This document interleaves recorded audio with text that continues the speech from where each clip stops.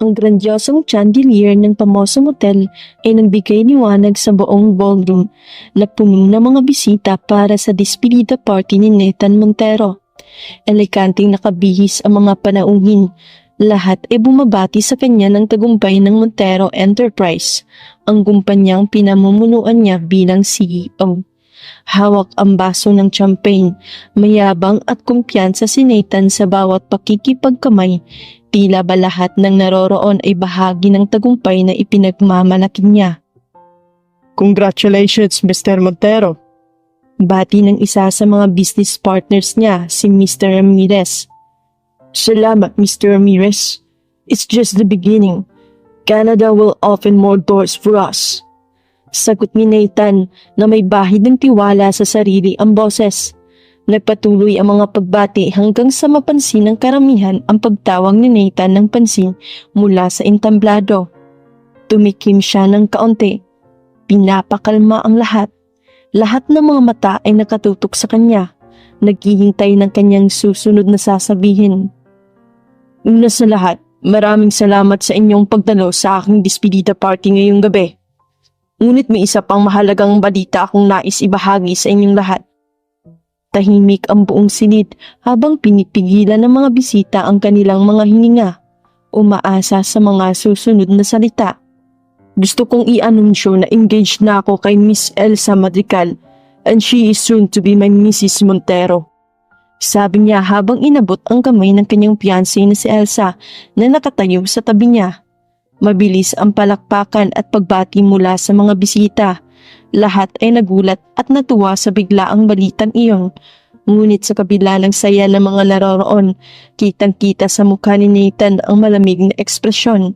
Sa kabila ng masigabong palakpakan, may hindi maitagong lamig sa kanyang mga mata. Si Elsa naman, bagaman abala sa pagbibigay ng ngiti at mga pasasalamat sa mga bumabati, ay hindi nakalampas sa kanya ang kakaibang asal ni Nathan. Habang palihim silang nag-usap sa gilid ng entablado, tinanong ni Elsa si Nathan. Ang kanyang boses mababa, ngunit puno ng pag-aalala. Nathan, bakit parang hindi ka yata masaya sa engagement natin? May problema ba? Habang nagpatuloy ang kasiyahan sa paligid, ramdam ni Nathan ang bigat ng kanyang desisyon. Humarap siya kay Elsa, matalim ang tingin at nagsalita. Elsa, ayokong magpanggap sa harapan mo. Bungad ni Nathan, kalmado ngunit matalim ang bawat salita. Etong engagement natin, hindi ito tulad ng inaakala mo. Napatigil si Elsa, nawala ang ngiti sa kanyang muka. Nathan, anong ibig mong sabihin? Akala ko, mali ang akala mo.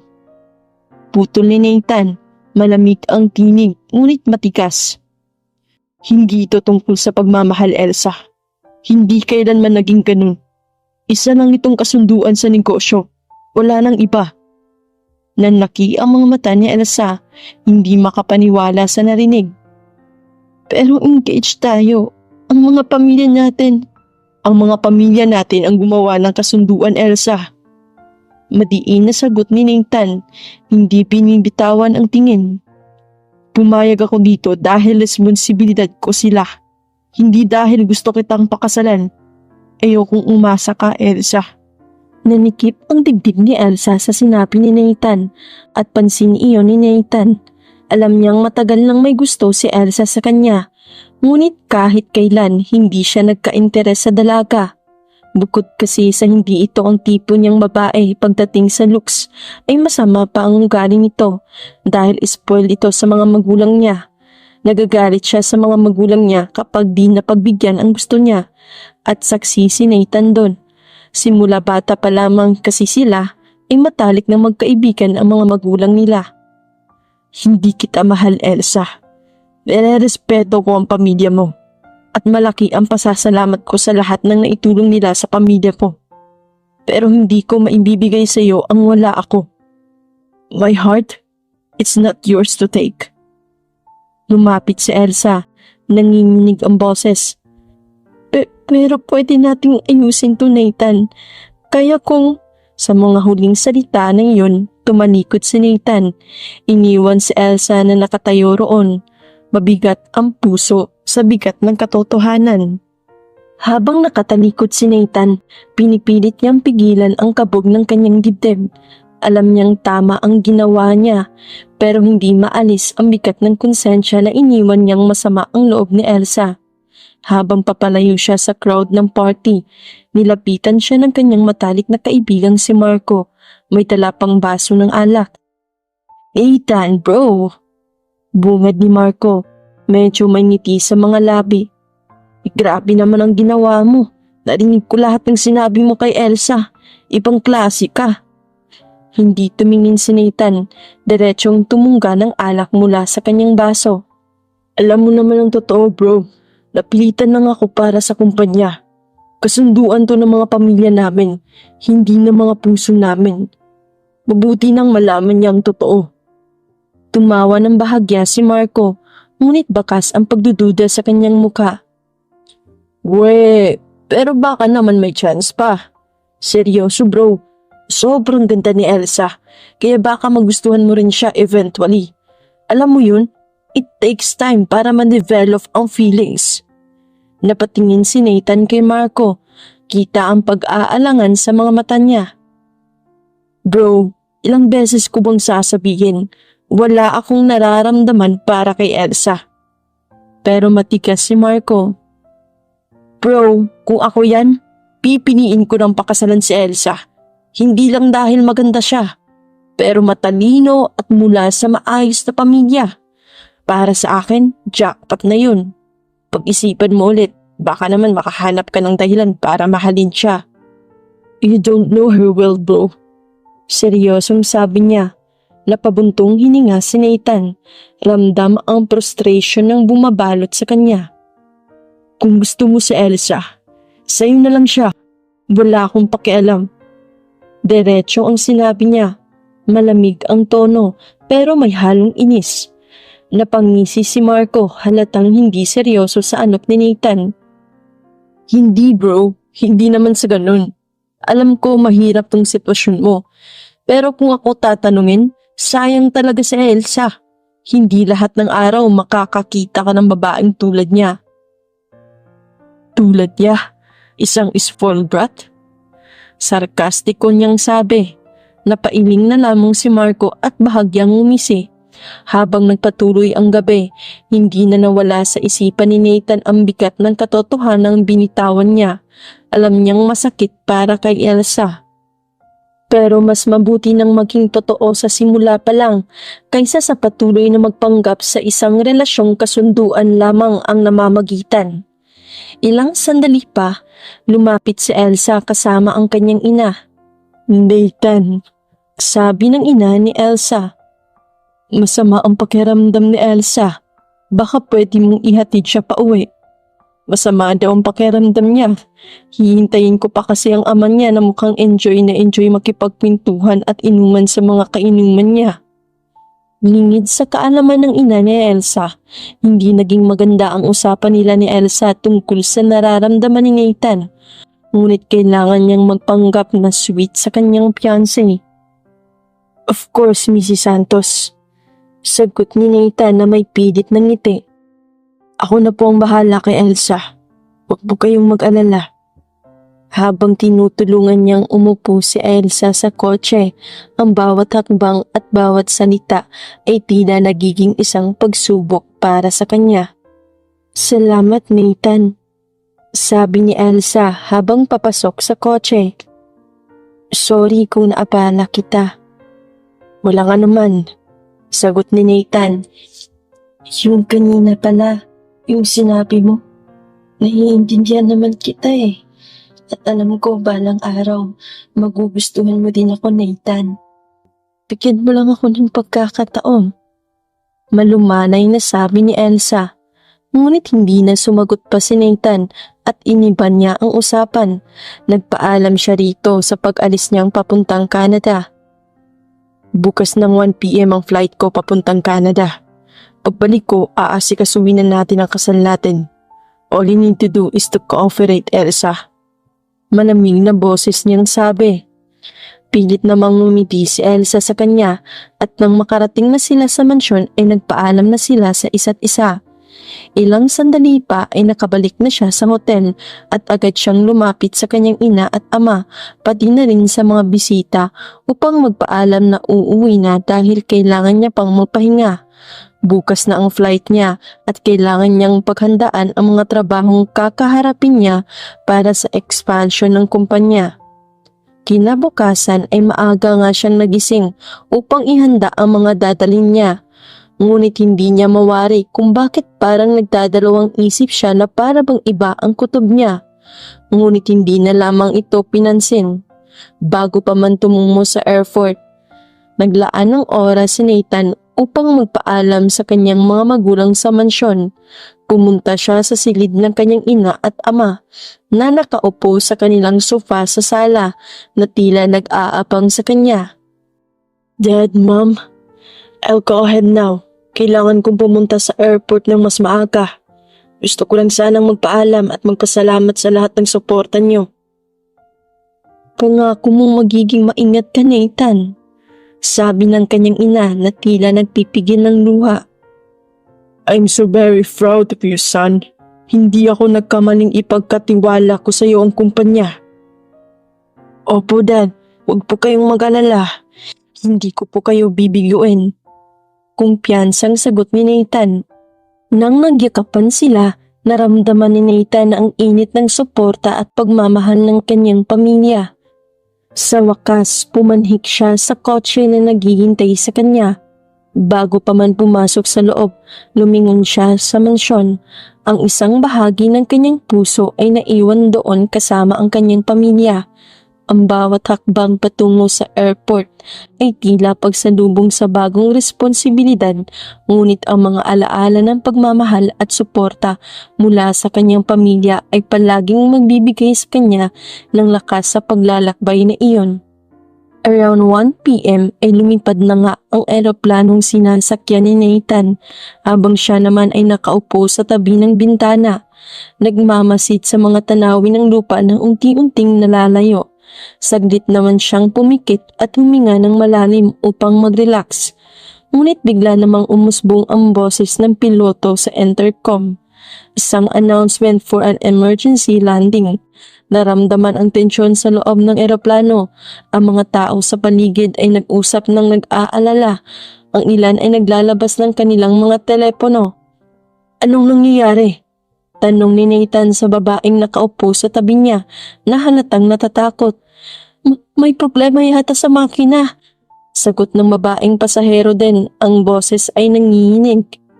Tumayo ang isang flight attendant. Sinusubukang kalmahin ang sitwasyon. Manatili sa inyong mga upuan at sundin ang aming mga utos. Ngunit hindi nagtagal, ang aeroplano ay biglang nayanig. Naramdaman ni Nathan ang matinding pag-along at ang mga ilaw sa loob ng aeroplano ay nag-brown out. Bumabagsak tayo! Sigaw ng isang pasahero. Nagkagulo ang lahat, ang mga tao ay nag-uunahan at ang takot ay kumalat. Please lang, kumalma kayo! Sigaw ni Nathan kahit na siya mismo ay natatakot. Manatili sa inyong mga upuan! Sa kabila ng kaguluhan, sumiksik siya sa kanyang upuan at ibinuka ang kanyang mga kamay. Tinatakpan ang kanyang ulo habang ang eroplano ay patuloy na bumabagsak. Panginoon, tulungan niyo po kami. Bulong niya. Ang isip ay puno ng mga alaala ng kanyang pamilya. Sa gitna ng takot, nagdasal siya para sa kanilang kaligtasan. Ang eroplano ay lumipad ng mas mabilis at ang mga boses ng takot ay umabot sa rurok. Magsalita kayo! Anong nangyayari? Sigaw ng isang lalaki sa likod niya. Maganda na kayong lahat para lumabas sa exit. Sigaw ng flight attendant habang naglalakad sa gitna ng mga pasaherong natatakot. Sundin ng mga tagubilin. Sa kabilang banda, sa ilalim ng araw ng hidden heaven, si Luna ay nagsusurf. Ang kanyang isip ay lumalayo sa sakit na dulot ng pagkamatay ni Franco. Sa bawat alon ng kanyang sinasakyan, tila unti-unti niyang nalilimutan ang mga alalahanin, ang mga alaala ng kanilang 10 taon na pagsasama, ang mga pangarap na nasayang. Si Franco ang childhood sweetheart niya at ang long-term boyfriend niya. 10 taon na silang magkarelasyon, ngunit bata pa lamang ay magkaibigan na silang dalawa. Sa araw bago ang kasal nila ay napaslang ito sa Maynila. Sobrang sakit para sa kanya. Sobrang sakit na kahit pagtingin sa mga lalaki ay iniiwasan niya dahil naaalala lamang niya si Franco. Ilang gabi din siyang hindi makatulog at tanging alak lamang ang naging sandalan niya. 2 taon na ang nakalipas, ngunit preskong-presko pa din sa kanyang isipan ang iniwan niyang alaala sa Maynila. Kaya nanatili siya sa isang isla na pag-aari ng kanilang pamilya. Dito, ang pagsusurf niya ang tanging libangan niya upang makalimot sa sakit ng nakaraan. Ngunit habang siya ay naglalakbay sa mga alon mula sa kabila ng dalampasigan, may nakita siyang isang figura na nakahiga sa buhangin. Isa itong lalaki. Sa una, akala niya ay isa lamang itong malaking bagay. Ngunit nang lumapit siya, napagtanto niyang isa talaga itong lalaki at may dugo sa noo nito. Hindi. Bulong niya, ang kanyang puso ay humihirang ng takot. Agad siyang tumalikod at tumakbo papalayo. Ang mga alaala ni Franco ay bumalik na parang bagyong humampas sa kanya. Hindi ko kayang makita ang ganito. Nang makabawi siya ng kaunti, narinig niya ang boses ng kanyang lola, si Marta na tinatawag siya. Luna, anong nangyari? Lola, may lalaki po sa buhangin. Nanginginig siyang sumagot. Mukhang patay na po yata eh. Mabilis na sumunod si Lola Marta. Ang kanyang mga mata ay puno ng alalahanin. Tara, tignan natin. At sabay silang tumakbo patungo sa lalaking nakahiga. Pagdating nila, nakita nila ang lalaki. May mga sugat sa noo at tila walang malay. Habang si Luna ay nanginginig sa takot, si Lola ay agad na lumuhod sa tabi ng lalaki. Sinuri ang kanyang pulso. Buhay pa siya! Sigaw niya at lumingon kay Luna. Kailangan natin siyang dalhin sa paggamutan. Hindi alam ni Luna kung paano siya kilos. Ang imahe ni Franco ay muling bumalik sa kanyang isip. Ang kanyang mga ngiti, ang mga pangako at ang pagkasira ng lahat. Pero Lola, umiiyak niyang sabi. Luna, kailangan mong maging matatag. Kailangan natin siyang tulungan. Sa kabila ng takot, nagpasya si Luna na tumulong. Sige, anong gagawin natin, Lola? Tawagin mo si Agnes. Ako ang magbabantay sa kanya. Utos ni Lola. Huwag tayong mawala ng pag-asa. Opo, Lola.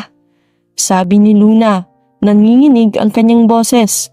Tumakbo siya patungo sa mga kubo kung saan naroon si Agnes. Habang siya ay naglalakad, naguguluhan siya sa mga emosyon, ang pagnanais na makatulong at ang takot na muling makaharap ang isang lalaki na nagdadala sa kanyang isip ng mga masakit na alaala. Nang makarating siya sa bahay, nagmadali siyang tumawag kay Agnes, ang kanyang kaibigan na isang nurse. Agnes, kailangan kita. May isang lalaki sa buhangin, walang malay at may mga sugat. Anong klaseng sugat? Tanong ni Agnes na may seryosong boses. Hindi ko alam, basta sumama ka na sa akin ngayon. Habang hinihintay ang kanyang kaibigan, bumalik si Luna sa tabi ng lalaki.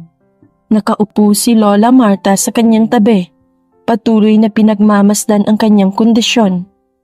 Huwag kang mag-alala, Luna. Nandito ako. Kailangan natin siyang buhayin. Sabi ng kanyang lola, ang boses ay puno ng tiwala. Pero paano kung hindi siya magising, Lola? Paano kung patay na talaga siya? Ang takot ni Luna ay tila bumabalot sa kanya. Luna, kumalma ka nga. Magdasal tayo. May pulso pa siya. Nasaan na ba si Agnes? Tanong ng kanyang lola habang ang mga salita ay lumalabas mula sa kanilang mga labi. Naramdaman ni Luna ang kakaibang init ng pagmamahal at pag-asa. Papunta na po siya dito, Lola. Sagot niya. Sa ilang minuto dumating si Agnes kasama ang isang maliit na kit ng mga medikal na kagamitan. Anong nangyari? Tanong niya, ang kanyang mga mata ay nag-aalam. May sugat siya sa noo. Gamutin mo na. Sagot ni Lola at agad na nagtrabaho si Agnes. Sinimulan niyang suriin ang pulso ng lalaki. Nagbukas ng kanyang kit at naghandog ng mga unang lunas. Si Luna sa kabila ng takot ay lumapit at tumulong sa anumang paraan na kaya niya. Habang abala si Agnes, patuloy ang paglalakbay ng kanyang isipan sa nakaraan. Ang mga ngiti ni Franco, ang kanyang mga pangako at ang mga pangarap na nawawala. Ngunit sa gitna ng lahat ng ito, may naramdaman siyang kakaibang koneksyon sa estranghero. Ilang sandali pa ay dumating si Ben. Si Ben ay isang caretaker. Agad naman nilang dinala ang lalaki sa loob ng kubo upang doon magpatuloy si Agnes na gamutin ito. Pagkatapos ng ilang minuto, nagising ang lalaki at ang kanyang mga mata ay dahan-dahang bumukas. Nasaan ako? Tanong niya. Ang boses ay puno ng pagkalito. Luna, gising na siya! Sigaw ni Lola at agad naman na lumapit si Luna. Mabuti na lang at nagising ka na, iho. Nandito ka sa isla, ligtas ka na. Dagdag pa ni Lola. What? I need to go home. That airplane. Damn, where's my phone? I need to call my dad. Pagpapanik ng lalaki na parang naguutos ang tono nito. Hindi ka man lang ba magpapasalamat? Iniligtas ka namin. Sigaw ni Luna. Salamat, pero kailangan kong umuwi. Sagot ng lalaki. Ang kanyang tono ay puno ng dominasyon. Ang pamilya ko, ang kumpanya. Di umuwi ka, problema ba yun? Buliyaw ni Luna. Luna, umanma ka. Sabi ni Lola Marta. Ang boses niya ay puno ng pangunawa. Di natin alam ang pinagdaanan niya. Baka nagpanik lang siya. Pero Lola, bakit kailangan kong intindihin ang ugali niya? Galit na tanong ni Luna. Napaka-ungrateful. Pasalamat nga siya at buhay pa siya. Samantalang yung sobrang napakabait na tao na nakilala ko, ayun, pinatay. Dahil sa kanyang inis, hindi na siya nag-atubiling lumabas sa silid. Habang naglalakad palayo, ramdam niya ang pigati at galit na naghahalo sa kanyang puso. Ang mga alaala ni Franco ay bumabalik sa kanyang isip.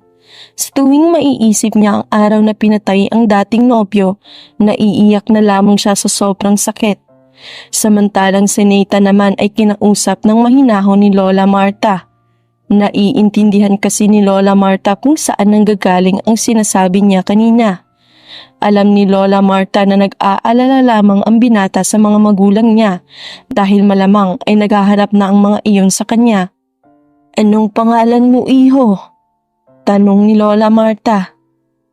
Nathan Montero. Tipid na sagot niya. Natagpuan ka namin na walang malay sa tabi ng dagat. Akala namin patay ka na. Pero nung pinulsuhan kita, buhay ka pa pala. Ano bang nangyari, iho? Anong nangyari sa'yo? Mahinahon na tanong ni Lola Marta. Nanlambot naman ang puso ni Nathan sa tanong ng matanda dahil halatang sobrang bait nito upang ipakita ang kaarogantihan niya. Bukod pa doon ay naalala niya ang kanyang lola nung nabubuhay pa. Nasa flight ako papuntang Canada para sa expansion ng kumpanya. Napaka-importante nun sa akin pero biglang nagkaroon ng problema sa makina ng eroplano at iyon na ang huli kong naalala. Hindi pala madali ang pinagdaanan mo. Isang malaking regalo sa Panginoon ang ikalawa mong buhay, iho. Sabi ni Lola Marta, ang kanyang mga mata ay puno ng pangunawa. Minsan, ang mga pagsubok ang nagdadala sa atin sa mga hindi inaasahang lugar.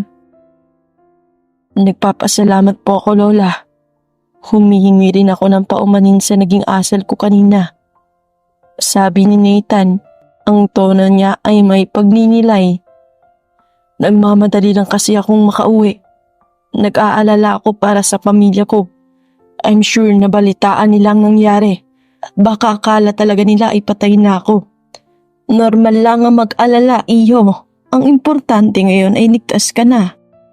Sagot ni Lola Marta at sa kanyang mga salita, tila unti-unting nawawala ang bigat na dala ni Nathan. But I need to go home. Can you help me, Lola? Tanong ni Nathan. Pasensya ka na, iho, ngunit hindi kita matutulungan sa ngayon. 2 beses lang kasi sa isang taon pumupunta ang bangka dito para maihatid ka sa Maynila. Sabi ni Lola Marta. Napakunot noo si Nathan at labis na nag-aalala sa sinabi ng matanda sa kanya. What? Kailan po ba? Tanong ni Nathan. October 10 pa at January 8, iho. Sagot ni Lola Marta. June pa lang ngayon ah. Nagbibiro po ba kayo, Lola? Tanong ni Nathan. Hindi ako nagbibiro, iho. Yang 2 araw kasi na iyan ang pinaka-importanting araw para kay Luna. Mahinahong sabi nito sa kanya. October 10 ang birthday ni Franco at January 8 naman ang birthday at anniversary nila ni Luna. Patuloy ni Lola Marta, tila bumabalik sa malulungkot na alaala habang ikinukwento ang nakaraan. Si Franco ang first and great love ni Luna mula pagkabata.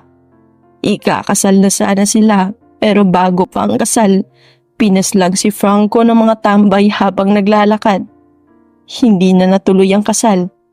Natigilan si Nathan, hindi makapaniwala sa naririnig. Hindi ko akalain na ganito katindi ang pinagdaanan ni Luna.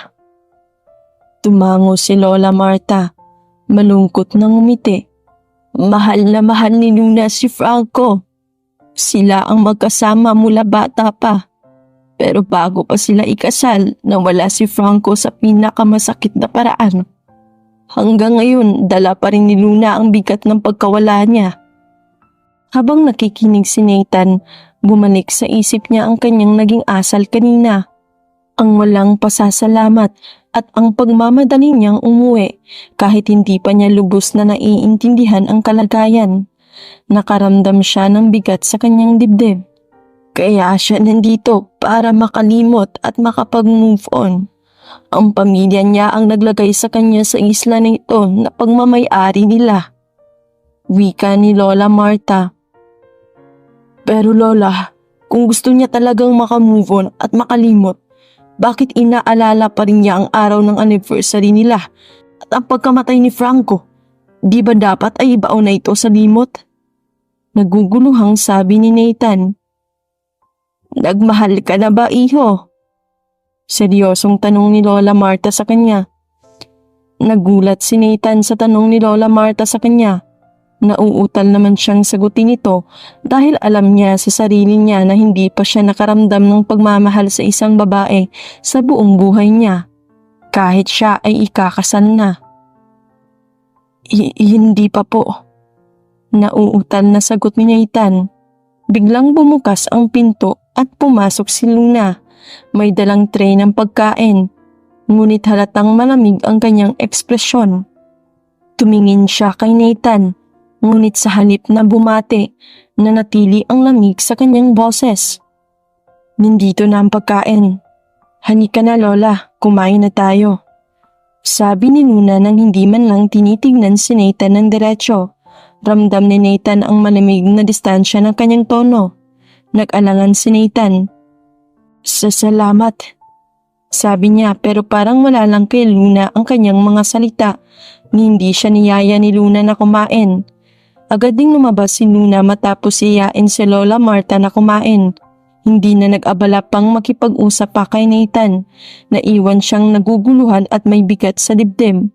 Ramdam niya ang lamig sa bawat kilos ni Luna at alam niyang may dahilan ito, ang kanyang naging pagpanik kanina at ang hindi niya pagpapasalamat. Pasensya ka na, iho. Sabi ni Lola Marta, pilit nang umiti. Kakain muna ako ha. Kumain ka muna dyan at magpahinga. Paalam ni Lola Marta. Tumango si Nathan pero hindi niya pa rin maalis ang bigat sa loob niya. Alam niyang kailangan niyang humingi ng tawad kay Luna dahil sa inasal niya kanina. Hindi niya may paliwanag ang nararamdaman niya, ngunit isa lang ang gusto ng puso niya at yun ay mapalapit kay Luna. Kinabukasan, maagang nagising si Nathan at bumangon mula sa kama. Hindi siya mapakali sa nagdaang gabi. Patuloy na iniisip ang malamig na pagkikitungo ni Luna sa kanya. Nagpunta siya sa kusina at doon ay nadatnan niya si Lola Marta na abala sa pagluluto.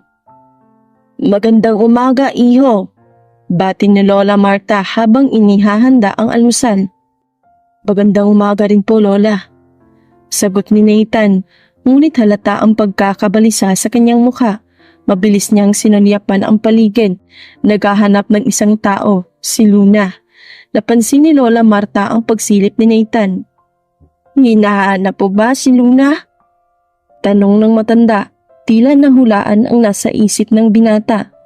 Bahagyang nagulat si Nathan at mabilis na iniwas ang tingin. Opo, Lola. Wala po ba siya?" "Maaga siyang umaalis kapag ganitong oras. Madalas siyang tumatambay sa tabing dagat.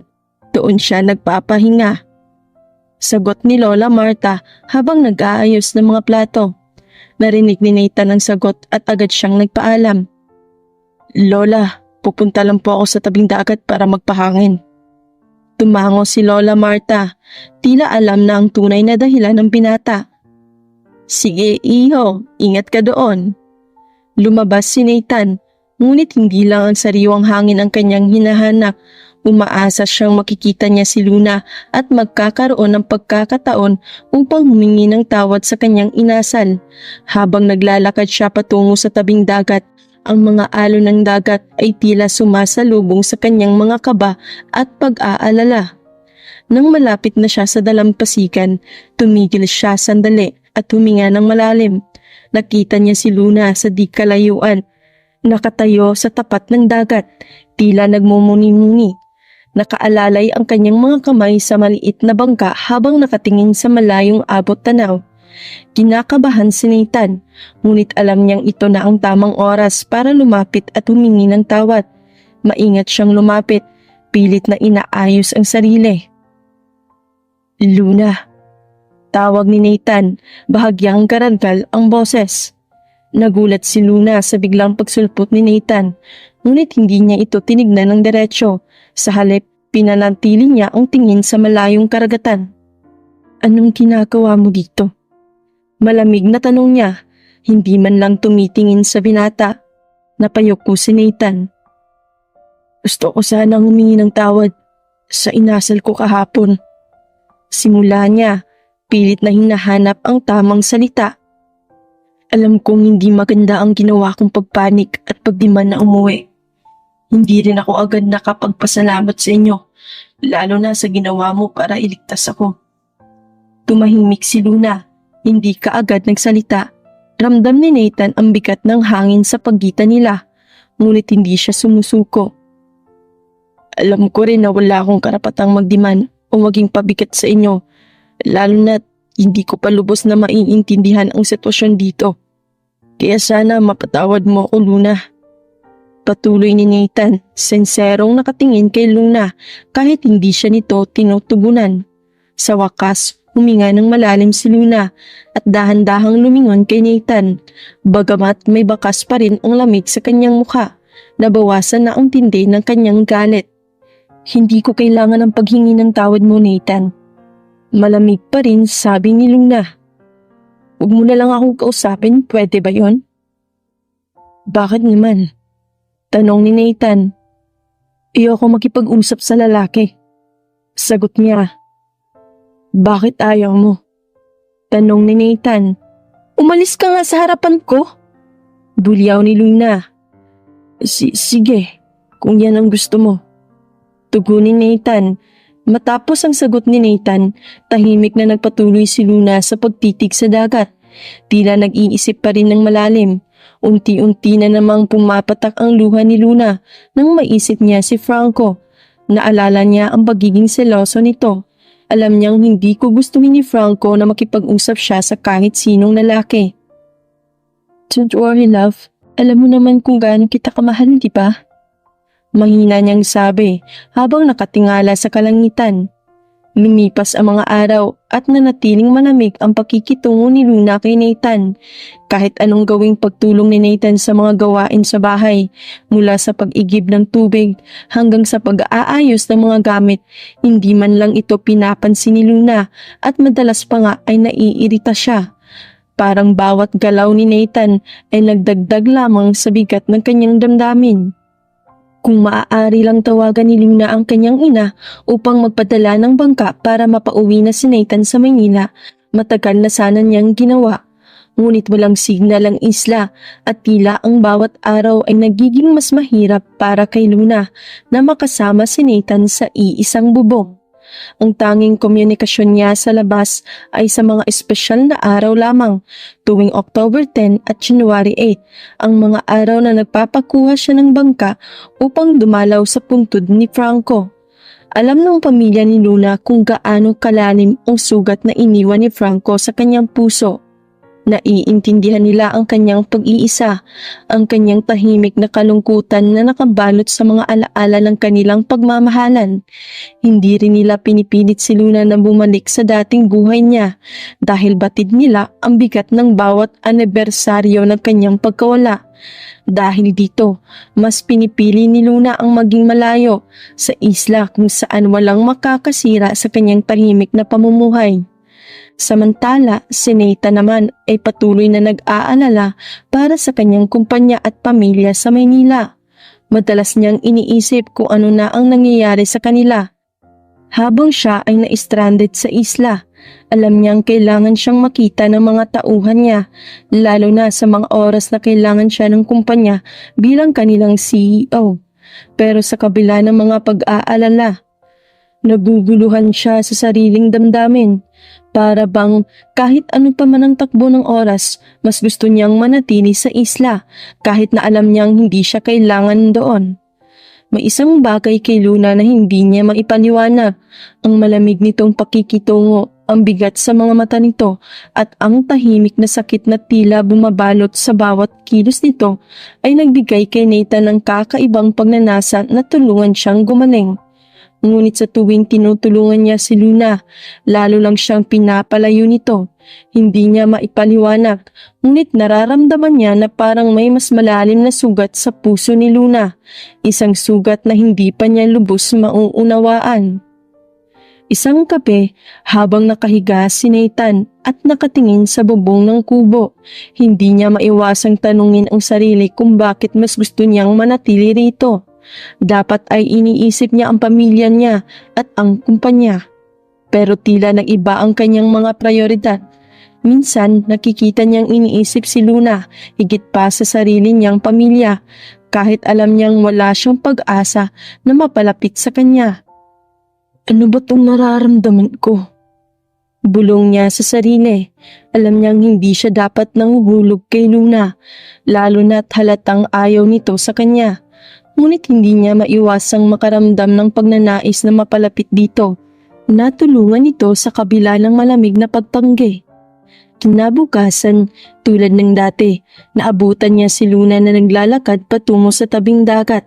Nagdalawang isip si Nathan kung susundan niya ito o kung magpapatuloy lang siya sa kanyang mga gawain. Pero may bahagi ng kanyang puso na gustong makipag-usap kay Luna. Kahit na alam niyang malamang ay muli siyang itataboy nito. Kung hindi ngayon, kailan pa? Bulong niya sa sarili at nagpasya siyang sundan si Luna. Habang papalapit siya sa dalampasigan, nakita niyang nakatayo si Luna sa tabi ng mga alon, nakatingin sa malayo. Tahimik siyang huminto, hindi alam kung paano sisimulan ang pag-uusap. Luna, tawag niya, dahan-dahan at maingat. Hindi siya sinagot ni Luna, ngunit hindi rin ito umalis. Nanatili itong nakatingin sa mga alon, parang hindi naririnig ang tinig ni Nathan. Luna, gusto ko lang humingi ulit ng tawad. Alam kong mali ako, pero sana bigyan mo ko ng pagkakataon na makatulong sa'yo. Sabi ni Nathan, sinsirong umaasang kahit papaano ay marinig siya ng babae. Pero nanatiling tahimik si Luna, At sa pagkakataong iyon, napagtanto ni Nathan na maaaring mas malalim ang sakit na dinadala ni Luna. Habang nakatayo si Nathan sa tabi ni Luna, nagpatuloy ang tahimik na hangin sa paligid. Ang mga alon na humahampas sa dalampasigan ay tila nagkukwento ng kanilang mga pagsubok. Lumalalim ang kanyang pagtama sa bigat ng sitwasyon at sa kanyang sinsirong hangaring makatulong. Unti-unting nag-alab ang kanyang tapang. Alam kong mahirap ang lahat ng to. Alam kong mahirap ang mga pinagdadaanan mo ngayon. Pero kailangan mong mag-move on mula kay Franco. Wala na siya. Hindi ka dapat makulong sa kalungkutan.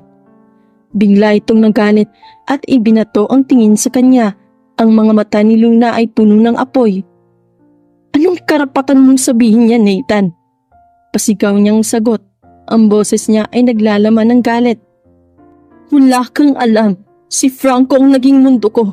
At ikaw, sino ka ba sa inaakala mo? Sabi ni Luna. Naramdaman ni Nathan ang pagdapo ng sakit sa kanyang puso sa mga salitang iyon. Luna, hindi ko sinasabi na kalimutan mo siya. Pero kailangan mong tanggapin na wala na siya. Parang ganun na rin yun, Nathan. Wala kang idea kung gaano kahirap kalimutan ng isang taong sobrang mahal ko. Kahit kailan, hindi ko kakalimutan si Franco. Sabik na patuloy ni Luna, ang kanyang mga salita ay tila mga pangil na dumadapo sa kanyang puso. At ikaw? Umalis ka na dito. Pabigat ka lang dito. Kung tutusin, walang-wala ka ikumpara kay Franco. Siya isang mabuting tao. Perpekto. Ikaw, isa ka lang namang pabigat at pakialamero. Pasensya na kung naging pabigat ako dito. Kung gano'n ang tingin mo sa akin. Aalis na lang ako sa isla kung may paraan na. Sagot niya na may bigat sa boses. Ang kanyang mga mata ay bumaba sa lupa. Lumingon si Luna, ang kanyang mga mata ay puno ng galit. Pero sa likod nito ay may napipintig na pagsisisi. Alam niyang mali ang sinabi niya kay Nathan. Nathan, hindi ko sinasadyang masaktan ka. Hindi na sumagot pa si Nathan at agad na tinalikuran si Luna. Ang mga luha niya ay nagsimula ng bumuhos sa kanyang mga mata. Damang-dama ang sakit sa kanyang mga sinasabi. Ang mga alaala ng kanyang pamilya, ang kanyang kumpanya at ang mga pangarap na nagbubukal sa kanyang isip ay parang unti-unting nawawala na nahahaluan ng kanyang damdamin para kay Luna. Muli siyang bumalik sa kanyang mga hakbang patungo sa kubo. Ang mga paa ay tila mabigat na naglalakad sa buhangin. Sa kanyang likuran, si Luna ay nanatiling nakatayo. Ang kanyang puso ay naguguluhan. Alam niyang nasaktan niya si Nathan sa mga salitang binitawan niya. Gusto niyang tawagin ito pabalik, ngunit ang takot sa mga alaala ni Franco ay humahadlang sa kanya. Kinabukasan, biglang may narinig na sigaw si Nathan. Nagulat siya at agad bumangon mula sa higaan. Bumalikwas ng gising at lumabas ng kwarto. Ang malamig na hangin ng umaga ay humaplos sa kanyang balat. Ngunit hindi iyon ang nagpatigil sa kanya. Isang kobra ang nasa harapan ni Lola Marta. Nakaamba ang laso nitong mga pangil. Walang pag-aalinlangan, mabilis na kumuha si Nathan ng palakol mula sa gilid ng pinto. Ang kaba ay kumakabog sa kanyang dibdib habang mabilis siyang lumapit sa kinaroroonan ng matanda. Isang maling galaw ay maaaring mapahamak si Lola Marta. Agad niyang itinaas ang palakol at sa isang malakas na taga naputol ang katawan ng kobra. Duguan ang sahig. Tumilapon ang katawan nito, nagtatampisaw sa lupa bago tuluyang mawala ng buhay. Salamat sa Diyos! Mangyak-ngiyak na bulong ni Lola Marta habang hinahawakan ng dibdib. Kung wala ka, Nathan, baka natuklaw na ako ng ahas na yan. Pagkatapos ng ilang segundo ng katahimikan, biglang lumabas si Luna mula sa kwarto niya. Pagtingin niya sa harapan ng kubo, nakita niya ang dugoang kobra at si Nathan na hawak ang palakol, pawisan at humihingal ngunit ligtas. Ano pong nangyari, Lola? Tanong ni Luna, hindi pa rin makapaniwala sa nakita. Naglakad si Lola Marta papalapit kay Nathan at mahigpit itong niyakap. Nathan anak, hindi ko alam kung paano kita mapapasalamatan. Kung wala ka malamang ay natuklaw na ako ng kobra na iyon. Maraming salamat, iho. Habang nagsusumbong si Lola Marta sa pangyayari, bumalik ang mga alaala kay Luna, ang mga salitang binitiwan niya kay Nathan kagabi. Ang bigat ng konsensya ay unti-unting bumalot sa kanya. Sinabihan niya si Nathan na pabigat lamang ito na walang-wala siya kumpara kay Franco. Ngunit ngayon maliwanag sa harap niya. Si Nathan ang nagligtas sa buhay ng pinakamamahal niyang lola. Dahan-dahan siyang lumapit kay Nathan. Hindi niya maitagong na konsensya siya. Ang dating galit na nararamdaman ay napalitan ng pagsisisi. Nathan.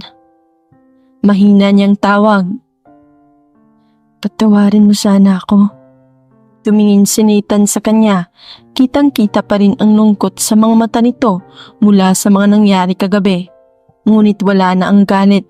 Isang pagkabigla ang namutawi sa mukha niya. Luna. Mahina niyang sagot.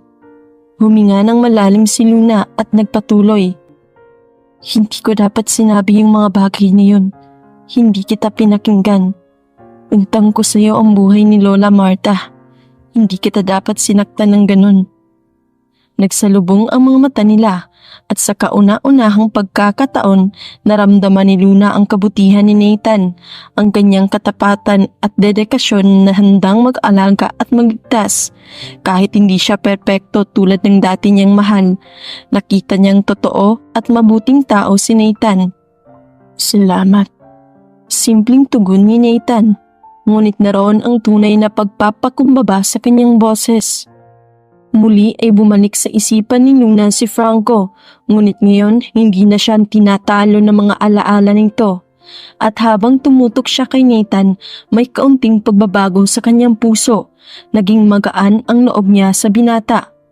Sa paglipas ng mga araw, naging mas magaan ang samahan ni Luna at Nathan. Ang dating masungit na si Luna ay nagpakita na ng kabaitan at unti-unting nawala ang tensyon sa pagitan nila. Hindi na siya mataray at mas madalas nang ngumiti sa tuwing magkakasama sila sa mga gawain sa bahay. Lagi nang nariyan si Nathan para tumulong, mula sa paghahanda ng pagkain hanggang sa pag-aalaga ng mga halaman sa paligid ng kubo. Isang araw, habang nag-aayos sila ng mga gamit sa harapan ng kubo, napansin ni Luna ang kakaibang ngiti ni Nathan. Bakit ka nakangiti dyan? Tanong ni Luna, sabay punas ng pawis sa noo. Gusto sana akong itanong. Sabi ni Nathan. Ano yun? Tanong ni Luna. Pwede mo ba akong turuan mag-surfing? Nagulat si Luna. Ha? Ako? Hindi naman ako magaling mag-surfing eh. Pagtatanggi niya. Ngunit si Nathan laging may paraan para mapangiti si Luna ay agad sumagot. Sige na naman kahit yun lang. Gusto ko lang matutunan. At di ba gusto mong bumawi sa akin after ng mga sinabi mo? Napabuntong hininga si Luna. Alam niyang hindi madaling turuan ang isang baguhan, pero sa isang banda nakita niyang seryoso si Nathan. Sige na nga, sabi niya sabay himas sa batok. Pero wag mong aasahang matututo ka agad hindi matalito. Napangiti si Nathan ng malaki. Basta ikaw ang magtuturo, okay na ako. Sabi niya may halong biro, kaya napailing na lang si Luna. At nagsimula na nga ang kanilang surfing lesson. Hinanda ni Luna ang board at ipinaliwanag ang mga pangunahing galaw at balanse. Habang sinusuong nila ang dagat, panay ang mga tip ni Luna, pero mahirap para kay Nathan ang makasabay agad. Iangat mo pa ng konti ang dibdib mo, sabi ni Luna habang si Nathan ay nagpupumilit umangat sa board. Ngunit ilang minuto pa lang sila sa tubig nang biglang humampas ang isang malakas na alon kay Nathan. Natumba siya mula sa surfboard at nalunod sa malalim na bahagi ng dagat. Nathan! Sigaw ni Luna, natataranta habang hinahanap ang binata sa tubig. Kinabahan siya nang hindi niya agad makita ang katawan nito sa ibabaw ng alon. Sa loob-loob niya, kinabahan siya ng gusto. Hindi niya lubos maisip kung ano ang mangyayari kung mapahamak si Nathan. Biglang lumutang si Nathan mula sa ilalim ng tubig. Tumatawa pa habang nakalutang sa alon. "Nag-aalala ka ba sa akin?" Tanong niya ng pabiro. Ang ngiti sa mukha niya ay parang walang nangyaring masama. Napalitan ng pagkayamot ang takot ni Luna. "Nathan, hindi nakakatawa yon. Akala ko kung ano nang nangyari sa'yo." Tumawa lang si Nathan habang umahon pabalik sa tabi ni Luna. "Sorry na, Luna. Ayoko na mag-alala ka pa ng sobra," sabi niya sabay kindat. Ngunit sa kaloob-looban ni Luna, hindi niya maitatanggi na sobrang nakaramdam siya ng takot kanina. Nawala ang kanyang pagpipigil sa sarili na makita niyang maaaring mapahamak si Nathan. Ngunit ayaw niyang ipakita kay Nathan na may mas malalim pa siyang nararamdaman. "Ayos lang, pero wag ka nang magbibiro ng ganun ha," sagot ni Luna, pilit na ipinapakita ang pagkainis. Habang bumalik sila sa pampang, napansin ni Luna ang kakaibang init sa kanyang dibdib. Hindi lang basta takot iyon. May halong malalim na pag-aalala na hindi niya inaasahan. Napailing na lang siya. Pilit pinipigil ang paglitaw ng anumang mali siya sa kanyang mga nararamdaman. Ngunit sa bawat sandali kasama niya si Nathan, unti-unti itong lumalabas. Kinagabihan, masaya silang nagsalo-salo ng hapunan. Si Lola Marta, gaya ng dati, ay nagluto ng masasarap na ulam mula sa sariwang gulay at isda na nakuha mula sa paligid ng isla. Si Nathan ay tumulong din sa paghahanda ng lamesa habang si Luna ay tahimik, paminsan-minsang sumusulyap sa kanya. "Masarap talaga ang luto mo, Lola Marta," sambit ni Nathan habang kumakain ng may gana. "Parang di ako mauubusan ng dahilan para laging bumalik dito sa isla." Ngumiti si Lola Marta. "Nako anak, basta may laman ang tiyan mo at tigtas ka, ayos na ako." Humahagik-gik siya at saka tumingin kay Luna na tahimik lamang at tila may iniisip. Habang nagpapalitan ng kwento si Nathan at Lola Marta, napansin ni Luna na natatawa na lamang siya sa biro ni Nathan.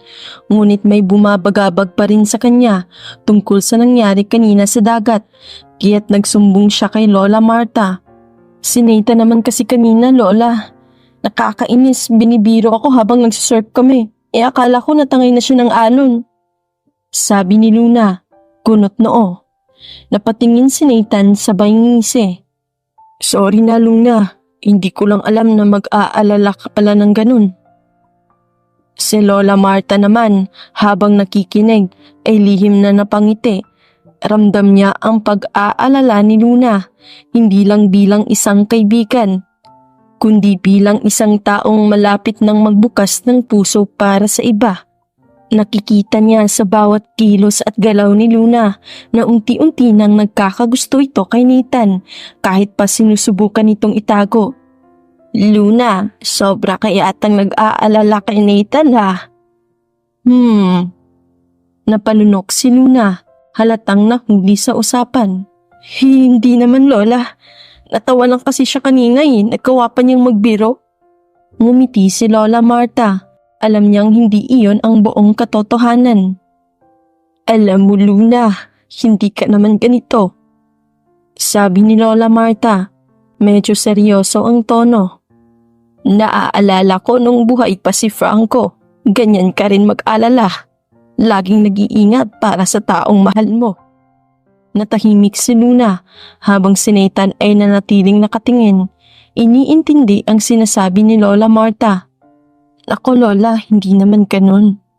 Pero sa loob-loob niya, alam niyang may katotohanan ang sinabi ni Lola Marta. Hindi niya maitatanggi na sa bawat araw na kasama niya si Nathan, unti-unting bumabalik ang damdamin ng pagkagilyo na matagal na niyang isinara mula noong nawala si Franco. Hindi niya gusto ang idea na muli siyang magbubukas ng puso, pero heto si Nathan, dahan-dahan niyang binabasag ang mga pader na itinayo niya sa sarili. Pagkatapos nilang kumain, tumungo si Luna sa tabing dagat. Dala ang mabigat na damdamin. Pinipilit niyang huminga ng malalim upang maibsan ang gulo sa kanyang isip. Ang malamig na simoy ng hangin mula sa dagat ay tila bumabalot sa kanya. Ngunit hindi nito maialis ang bigat sa kanyang puso. Sa kabila ng lahat ng nangyari, si Franco pa rin ang tanging laman ng kanyang isipan. Para sa kanya, kahit patay na si Franco, siya pa rin ang nopyo niya. Hindi niya makakalimutan ang mga pangarap nilang dalawa. Ang kasal na muntik na nilang maabot kung hindi lamang nangyari ang trahedya. Habang nakatayo sa buhanginan, tinititigan ang malawak na karagatan, hindi maiwasan ni Luna na tumulo ang kanyang mga luha. Mahinang tinig ang lumabas mula sa kanyang labi, parang bulong sa hangin. Franco, patawarin mo sana ako. Simula niya habang sinasampal ng mga alaala ang kanyang isipan. Alam kong wala ka na. Pero hindi ko maiwasan ang nararamdaman ko para kay Nathan. Para bang niloloko kita. Patuloy ang pagpatak ng kanyang luha. Sinubukan niyang intindihin ang sarili. Ngunit lalo lang siyang nalilito. Mahal pa rin niya si Franco. Ngunit bakit tila unti-unti siyang nahuhulog kay Nathan? Hindi ito tama. Hindi niya dapat ipagpalit ang alaala ni Franco sa iba. Kaya't pinili niyang kausapin ang alon, humingi ng tawad sa isang tao na wala na. Ngunit sa gitna ng kanyang pakikipag-usap sa hangin, isang pamilyar na boses ang umalingaw mula sa likod niya. Narinig ko ba yun ng tama? Mahal mo na ako, Luna. Napaningin si Luna at tumambat sa kanya si Nathan. Nakatayo at nakatingin ng diretso sa kanya. Ang mga mata nito ay puno ng pagdududa, ngunit may bakas din ng pag-asa. Hindi siya nakapagsalita sa gulat. Hindi inaasahan na narinig ni Nathan ang kanyang sinabi. Saglit na nagkaroon ng katahimikan, ang ingay ng alon ang tanging naririnig. Hindi ito pwede, Nathan. Mabilis na tugon ni Luna. Umiiling habang mabilis siyang naglakad palayo. Alam niyang hindi niya kayang harapin ang damdaming iyon. Masyadong magulo, masyadong masakit. Ngunit bago pa man siya makalayo, hinabol siya ni Nathan at hinawakan sa braso. Hinila siya pabalik. Hindi inaasahan ni Luna ang susunod na mangyayari. Bigla siyang hinalikan ni Nathan, isang halik na puno ng damdamin at pagkasabik. Nanigas si Luna, hindi alam kung paano tutugon. Parang huminto ang oras at sa sandaling iyon, bumalik ang lahat ng emosyon para bang kinulong siya ng damdamin na matagal niyang pinilit itago. Matapos ang ilang segundo, bumitaw si Nathan at tinitigan siya ng diretso sa mata.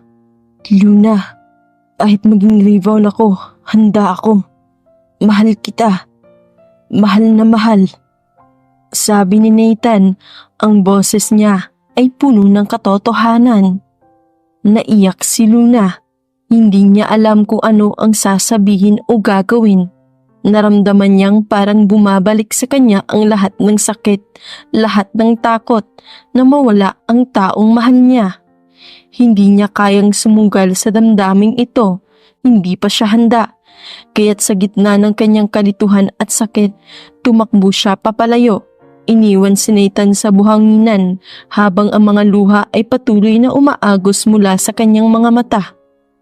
Hindi na alam ni Luna kung ano ang mas masakit, ang mga alaala ni Franco o ang bagong damdamin ito para kay Nathan na hindi niya alam kung dapat bang yakapin o kalimutan. Kinabukasan, paggising ni Luna, nakangiti siyang binati ni Nathan. Good morning. Bati nito. Halatang masigla. Hindi maiwasang mapangiti ni Luna habang pinagmamasdan siya.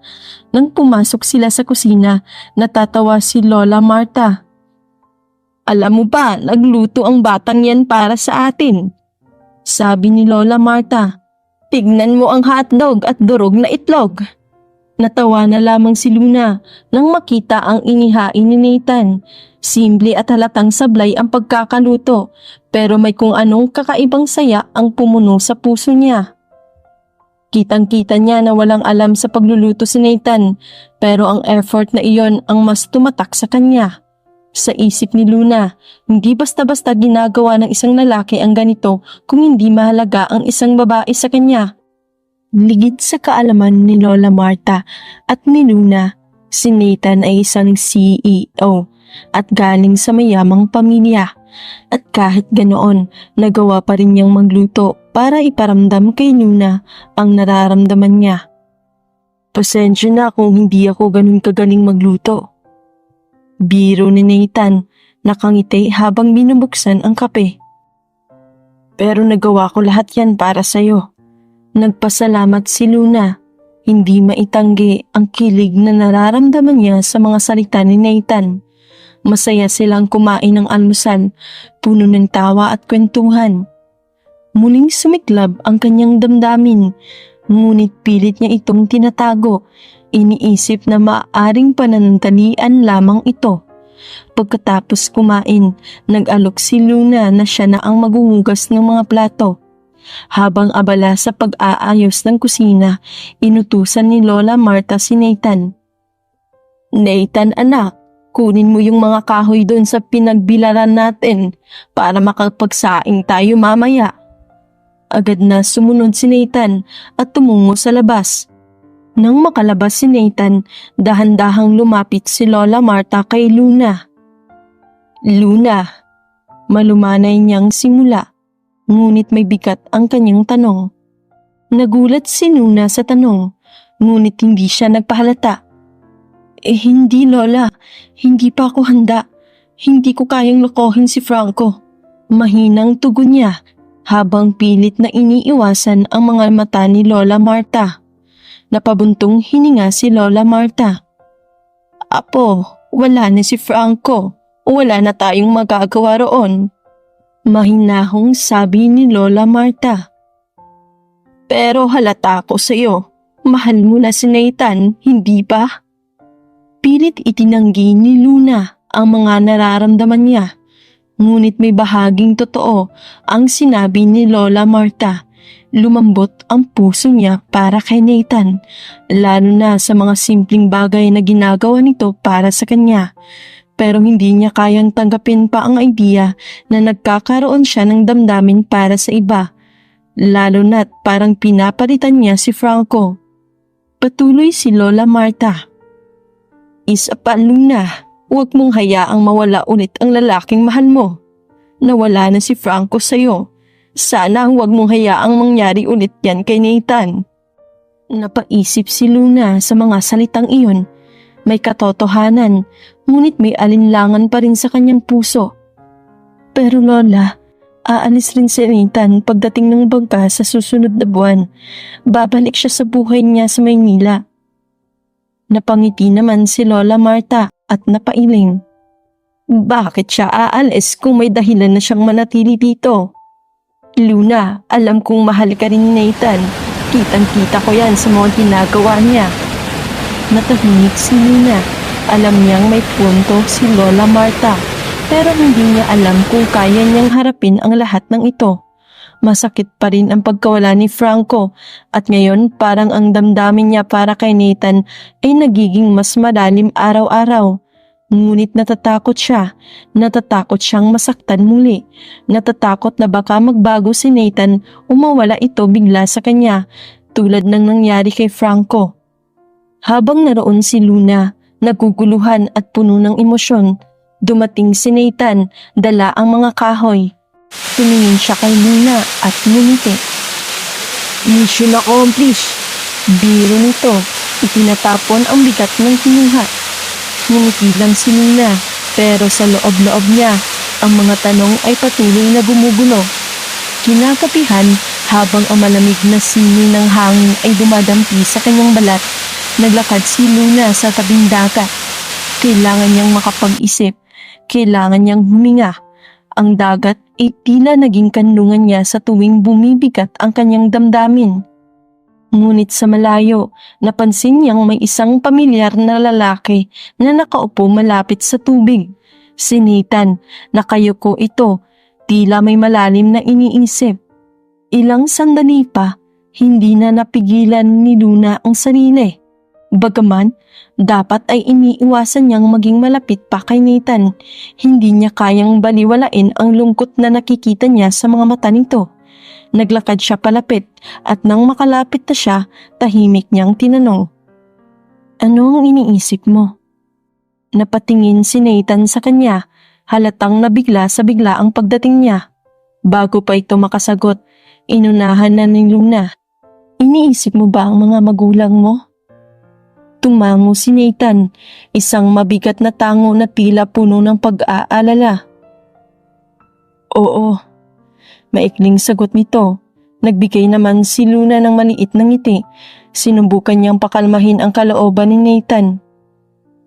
"Huwag kang mag-alala, ilang buwan na lang makakauwi ka na sa Maynila. Pupunta na dito ang bangka na maghahatid sa'yo." Ngunit ligid sa kaalaman ni Luna, hindi lamang ang mga magulang ang iniisip ni Nathan. Sa kanyang isipan, gumugulo rin ang nalalapit niyang kasal kay Elsa at ang sitwasyon sa kanilang kumpanya.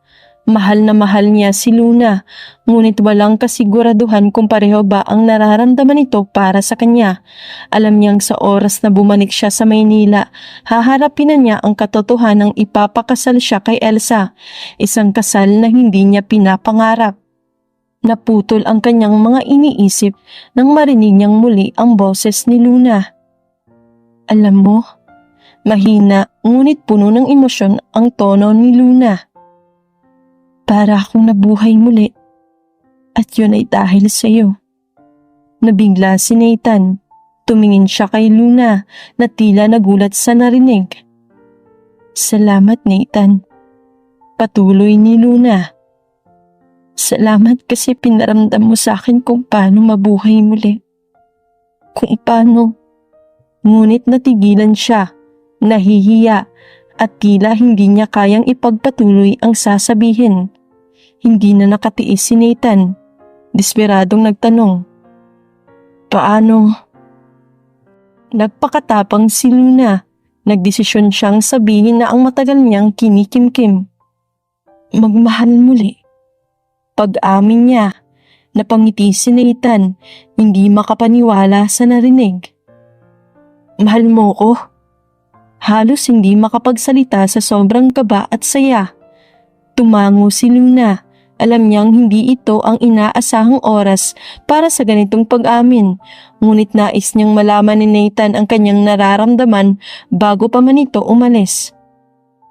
"Oo, mahal kita, Nathan." Parang tumigil ang oras. Sa gitna ng mga alon at ng tahimik na gabi, nagyakapan sila. Sa isang yakap, inamin nila ang mga nararamdaman na matagal nang ikinukubli. Matapos ang ilang sandali, tumingin si Nathan kay Luna.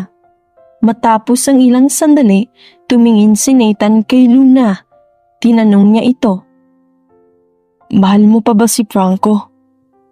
Huminga ng malalim si Luna bago sumagot. "Si Franco, siya ay isang pinakamagandang alaala sa nakaraan.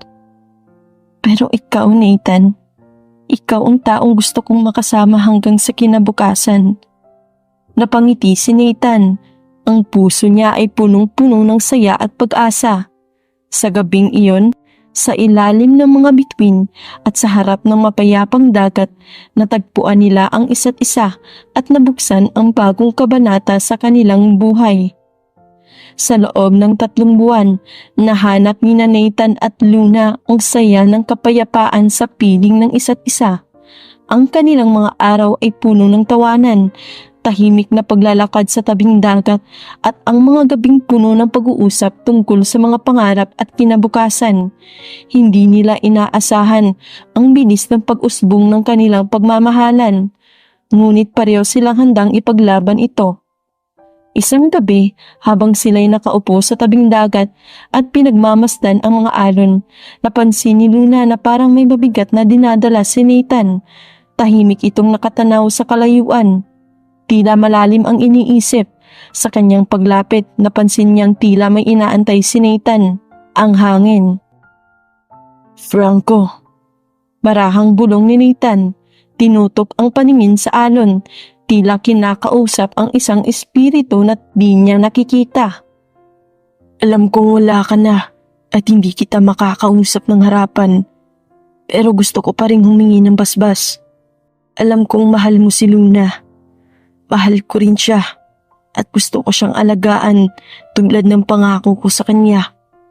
Patawad kung hihingin ko ang puso niya ngayon. Sana'y nauunawaan mo. Tahimik lang si Luna sa likod ni Nathan. Alam ni Nathan kung gaano kahalaga si Franco sa kanyang nakaraan. Tumingin siya sa langit. Nagdadasal din sa kaluluwang iniwan ni Franco. Kinabukasan, dumating na ang bangka na maghahatid kay Nathan pabalik ng Maynila.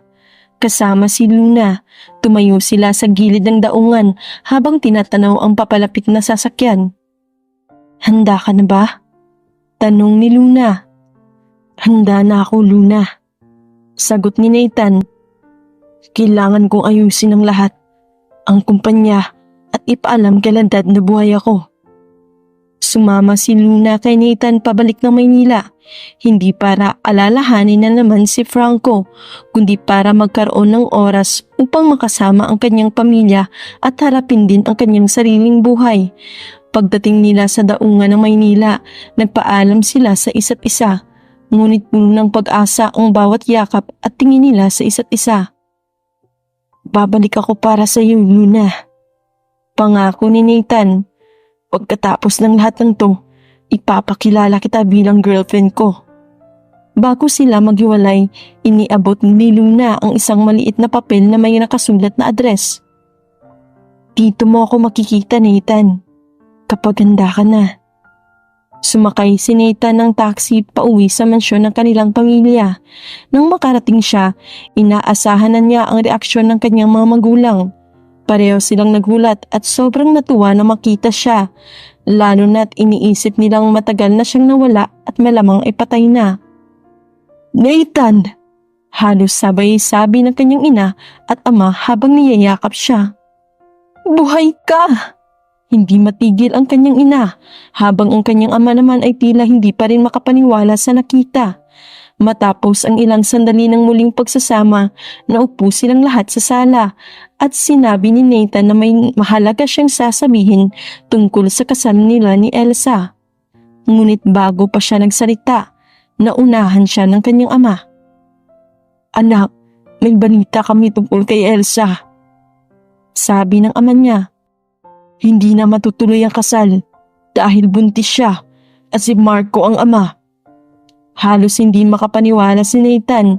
Pakiramdam niya'y biglang nawala ang lahat ng bigat ng dinadala niya sa balikat. Buntis siya, Dad. Si Marco ang ama? Hindi ako makapaniwala. Teka, bakit parang natuwa ka pa?